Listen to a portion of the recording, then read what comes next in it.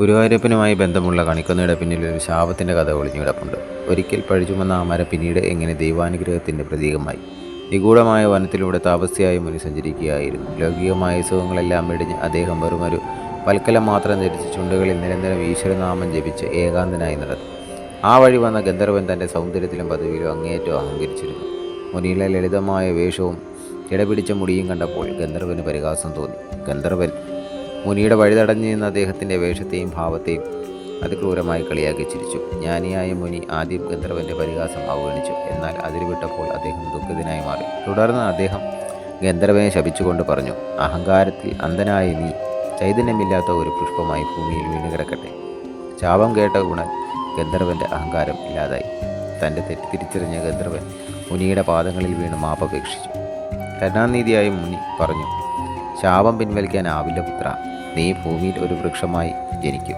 എന്നാൽ നിന്റെ പാപപരിഹാരത്തിനായി സാക്ഷാൽ വിഷ്ണു ഭഗവാൻ തന്നെ നിന്നെ തേടിയത്.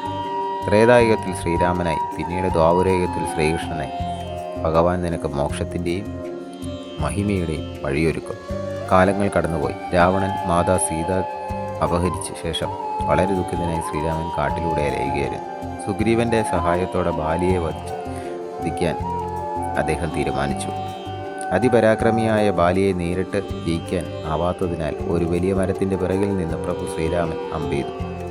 അധർമ്മം അവസാനിപ്പിക്കാനുള്ള ധർമ്മസംരക്ഷണത്തിനായുള്ള ഭാഗമായിരുന്നു ആ പ്രവൃത്തി. ആ സംഭവത്തിൻ്റെ മുഖസാക്ഷിയായി നിന്നത് ഗന്ധർവൻ ശാപം മൂലം വൃക്ഷമായ ആ കൊന്നമരമായിരുന്നു. തൻ്റെ മറവിൽ നിന്ന് ഒരു വധം നടന്നതിൻ്റെ അതീവ ദുഃഖിതമായി. അതുകൊണ്ട് തന്നെ ആളുകൾ അതിനെ ബാലിയെ കൊന്ന മരം എന്ന് വിളിക്കാൻ തുടങ്ങി. പിന്നീട് ആ പേര് ചുരുങ്ങി അത് കൊന്നമരമായി മാറി.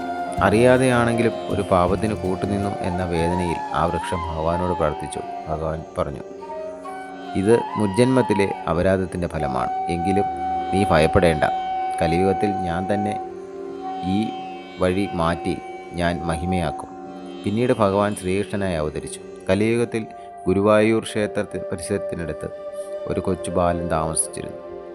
അവൻ ഭഗവാനെ വെറുമൊരു വിഗ്രഹം മാത്രമായിരുന്നില്ല, കൂടെ കളിക്കുന്ന ഒരു കൂട്ടുകാരൻ കൂടിയായിരുന്നു. ഒരു ദിവസം കുട്ടികളെല്ലാം കളി കഴിഞ്ഞ് പിരിയുമ്പോൾ തൻ്റെ പ്രിയപ്പെട്ട കൂട്ടുകാരന് ഭഗവാൻ തൻ്റെ അരഞ്ഞാണത്തിലെ തങ്കമണികളിലൊന്ന് സമ്മാനമായി നൽകി.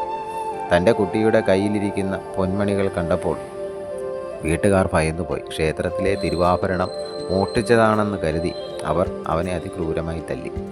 തൻ്റെ നിഷ്കളങ്കമായ സ്നേഹം സംശയിച്ചപ്പോൾ അവനത് സഹിക്കാവുന്നതിലും അപ്പുറമായിരുന്നു.